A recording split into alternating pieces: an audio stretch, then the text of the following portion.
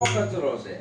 આ કચરો એટલો બધો જળ કરી ગયો છે, હવે તો સંતોય ધૂણતા થઈ ગયા છે.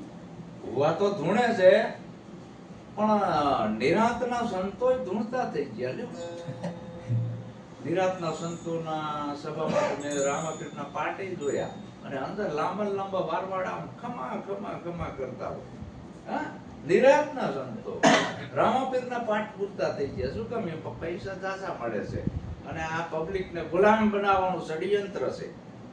આવું બધું ધંધા શેના છે? તમને બધાને ગુલામ બનાવવા માટેનું ષડયંત્ર. રામાપીરે આવા પાઠ કરવાનું, ધૂણવાનું, ધધકારીઓ નાખવાનું કીધું નથી. આ જે ધૂણવો, ધધકારીઓ નાખવી, હૈરમાં કંઈક આવવું, આ માનસિક બીમારી છે. શું છે? માનસિક બીમારી. આ માનસિક બીમારીની દવા કરાવવી પડે. આ પાંચ તત્વના દેહમાં રામાપીરે ના આવે, કે ભેરવોય ના આવે, કે મેલડીએ ના આવે, કે જોગણીએ ના આવે, કે સામુંડાએ ના આવે, કે 84 ખાતું ના આવે. કાંઈ આવે નહીં. આ તમારી કલ્પિત ભ્રાંતિ છે. શું છે? કલ્પિત ભ્રાંતિ છે. આ જે જડ કરી ગયું છે, જો આ હાયરમાં કંઈક આવતું હોય અને ધૂણીને ધધકારી નાખી આ લોકોને કંઈક ચમત્કાર બતાવતા હોય, તો આપણે બધા એને બોર્ડર ઉપર મૂકી દેવા જોઈએ. મિલિટરી છૂટી કરી દેવાનું. સમજાય છે ને? મિલિટરી છૂટી કરી દેવાની.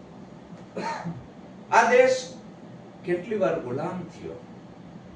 આપણો ભારત દેશ કેટલી વાર ગુલામ થયો. અને એ જ્યારે જ્યારે ગુલામ થયો ત્યારે આ ભુવાઓ ચાલતા ગયા છે.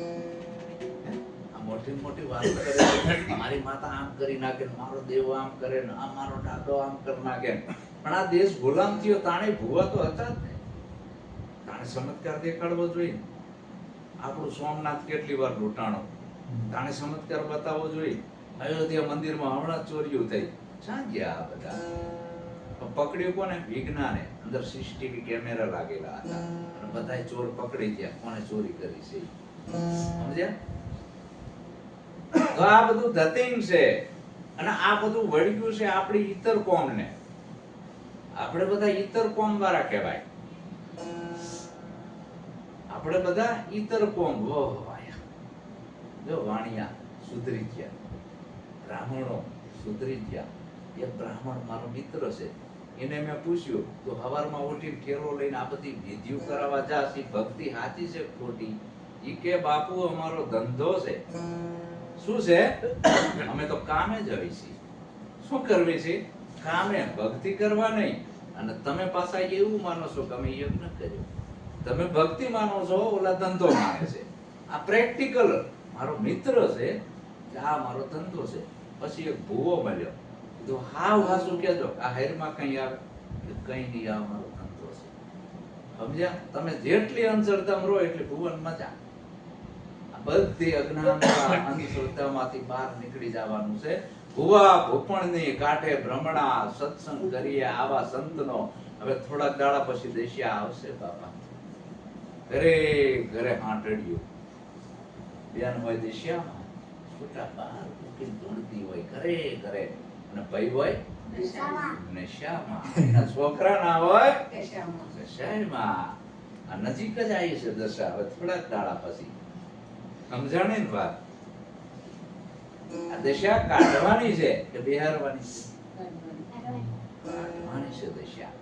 સાચી કુળ દેવી આપણી જગત જનની જનેતા છે, જેના અંદરથી આપણી ઉત્પત્તિ થઈ. નહીતર આપણાના દુનિયાના દર્શન ના થાય. મોટામાં મોટા ભગવાન હોય તો મા બાપ છે, પહેલા ગુરુ માતા પિતા, રક્ત બુદ્ધ કા બોલી. આ પહેલા ગુરુ છે આપણા.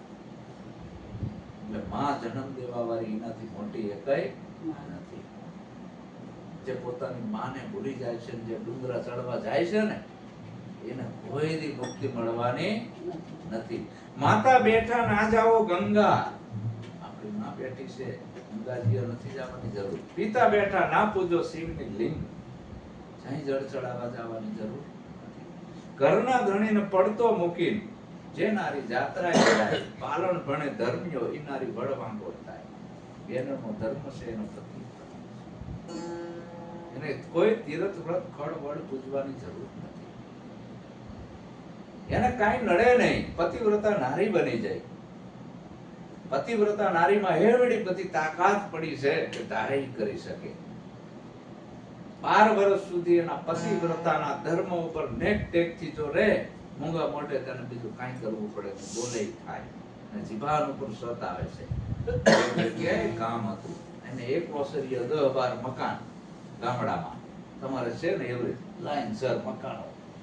અને એક બેન પહેણીને આવી પતિવ્રતા નારી ખાંડતી હતી.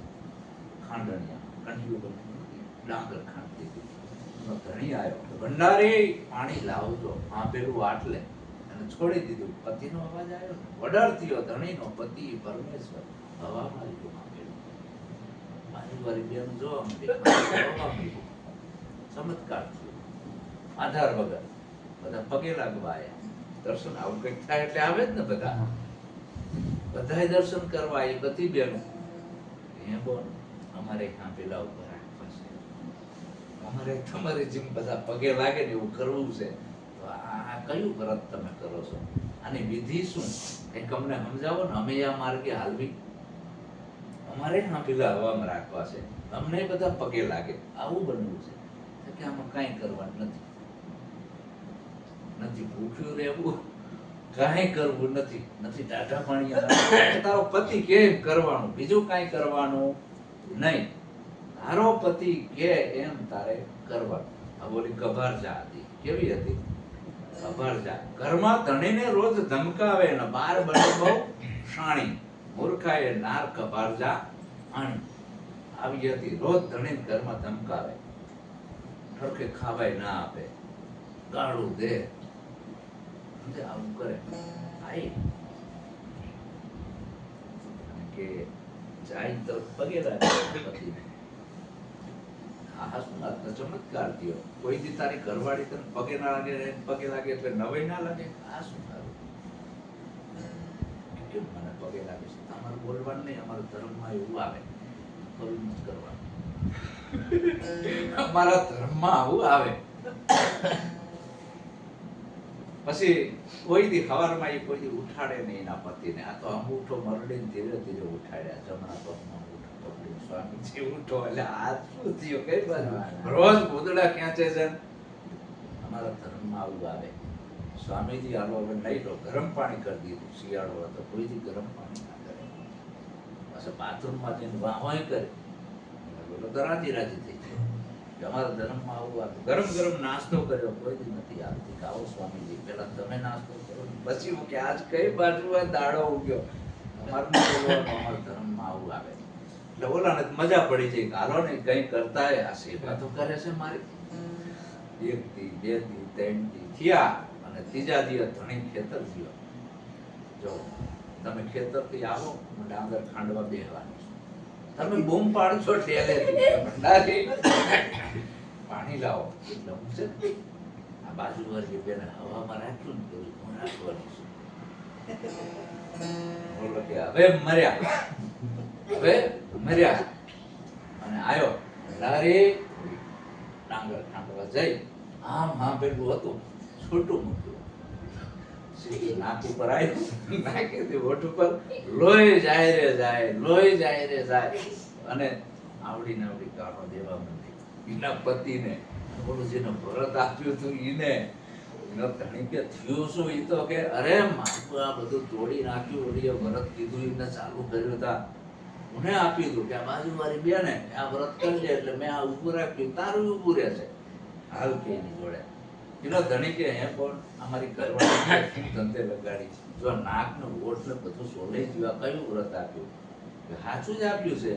મેં એને એમ કીધું હતું કે આ પતિવ્રતા ધર્મ તારે પાડવાનું, તારો પતિ કે એમ કરવાનું. આ કરતી હતી એના મને ઓર્ડર કરતી હતી.